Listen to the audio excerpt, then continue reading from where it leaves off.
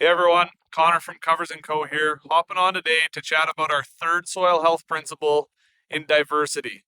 Diversity is something that I'm starting to think about more and more every day on our farm, whether it be in our crop rotations or farm-wide, in the class of livestock that we run, the crop species that we grow, and how we market our crops and animals on a day-to-day basis. Out here in our full season cover crop field, we utilize diversity to the maximum potential this summer. Our spring was very cool and wet, which was a perfect scenario for cool season species to really hit their maximum productivity. The cool season species were harvested for dry hay here at the start of August, and after that event, we got some pretty good heat. So our warm season species in sorghum Sudan grass and millet really came back, along with some Italian ryegrass and hairy vetch, which we were able to utilize in a grazing scenario this fall. We're out here with our breeding heifers and some fall calvers, November 1st today, utilizing this high quality feed source and really keeping that plane of nutrition up on these cattle at the time that they need moving into the fall. So on the farm-wide diversity side of things, we have a multitude of feed sources that our cows will utilize this winter.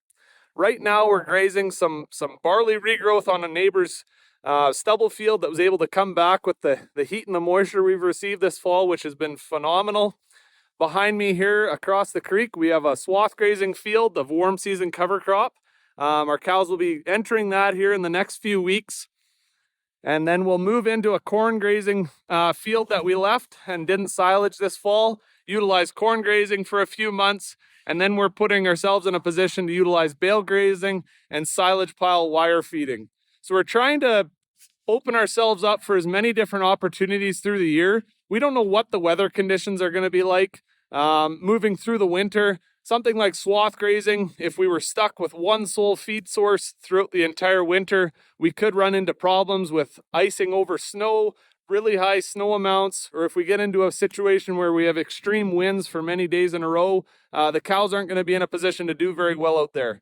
But we're putting ourselves in a position that we're hoping to utilize the swath grazing for a month or a month and a half, and hope that we can utilize it at a good rate that time. Same thing with the corn grazing and our silage pile and bale grazing situations. Trying to just hedge the risk as much as possible and utilize different feed sources at different times of the year to keep our profitability in a good position moving forward. Another thing on farm diversity that we have taken advantage of this year is really diversifying the livestock classes that we utilize. Past few years, we've been calving in the month of May and June and backgrounding our calves the following year and selling them as long yearlings. This year, we had a great opportunity to sell some of our calves after weaning in January. We took the rest until September to sell them then. We also had an opportunity to buy into some fall calving cows that are out in this field here today, just to completely hedge our risk a little bit more.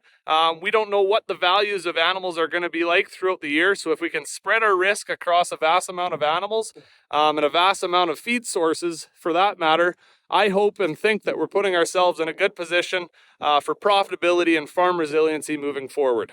So diversity really strings out a lot more than just what's growing in our fields. I try and look at as much as possible on a farm-wide side of things. How can we diversify as much as possible to hedge risks and ensure that our profitability is going to be at its highest potential moving forward? If any of you have more questions about diversity and how to maybe implement some of these things on your farms, please feel free to reach out to myself or any of the other Covers & Co team members. You can find ourselves on the website, and we'd be more than happy to have conversations about diversity or any of the 6 soil health principles that we're going over here on the next few weeks. So happy grazing moving into the fall, and we'll talk to you guys soon. Thanks.